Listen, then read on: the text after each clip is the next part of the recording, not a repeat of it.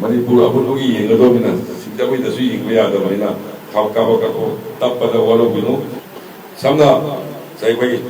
ozana thambilabado sarkar ki policy lebiyo yenggenbiyo aido yam chungbo wani how ki bachai maga tarusira sarkar ki school sing phagatbai mami tabani to samna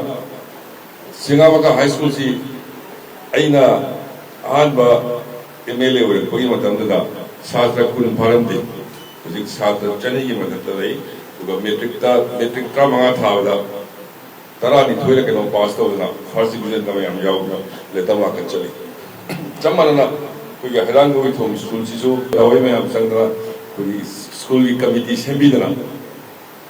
ꯑꯣꯖꯥꯁꯤꯡꯒꯤ ꯇꯦꯂꯦꯟꯇꯨꯒ ꯀꯔꯤꯒ ꯃꯌꯥꯝ ꯑꯃ ꯃꯇꯦꯡ ꯄꯥꯡꯕꯤꯗꯅ ꯉꯁꯤꯗꯤ ꯁꯥꯇ꯭ꯔ 150 ꯃꯨꯛ ꯁꯨꯔꯛꯏꯁꯤ ꯃꯁꯤ ꯁꯔꯀꯥꯔꯒꯤ ꯄꯣꯂꯤꯁꯤꯗꯨꯒ ꯑꯣꯖꯥ ꯃꯌꯥꯝꯒꯤ ꯑꯃꯗꯤ ꯂꯩꯀꯥꯏꯒꯤ ꯑꯩꯈꯣꯏꯒꯤ ꯀꯃꯤꯇꯤꯗꯨꯒ ꯑꯗꯨ ꯑꯄꯨꯟꯕꯗꯨꯒꯤ ꯀꯣꯑꯣꯔꯗꯤꯅꯦꯁꯟꯅꯤ ꯑꯗꯨꯅ ꯑꯩꯅ ꯊꯝꯖꯅꯤꯡꯉꯤꯁꯤ ꯍꯧꯖꯤꯛ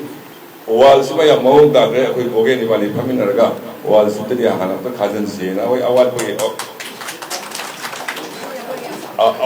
ꯑꯋꯥꯠꯄ ꯉꯥꯛꯇꯅꯤ ꯏꯁꯝ ꯁꯝꯅ ꯁ꯭ꯀꯨꯜꯒꯤ ꯏꯟꯐ꯭ꯔꯥꯁꯇ꯭ꯔꯛꯆꯔꯗꯨ ꯈꯤꯇꯪ ꯅꯥꯜꯂꯞ ꯂꯩꯇ꯭ꯔꯒꯗꯤ ꯀꯔꯝꯕ ꯏꯃꯨꯡꯒꯤ ꯑꯉꯥꯡ ꯁ꯭ꯀꯨꯜꯗꯨꯗ ꯊꯥꯅꯤꯡꯗꯨꯅ ꯍꯥꯏꯗꯣ ꯍꯧꯖꯤꯛꯇꯤ ꯑꯗꯩꯅ ꯊꯝꯖꯅꯤꯡꯉꯤꯁꯤ ꯃꯅꯤꯄꯨꯔ ꯑꯄꯨꯟꯕꯒꯤ ꯌꯦꯡꯒꯗꯧꯕꯅꯤꯅ ꯁꯤꯡꯖꯃꯩꯗꯁꯨ ꯌꯦꯡꯕ ꯌꯥꯗꯕꯅꯤꯅ kabako tappada walobinu aduga sai ahal lamansing sida fami tamoy bayam tabigo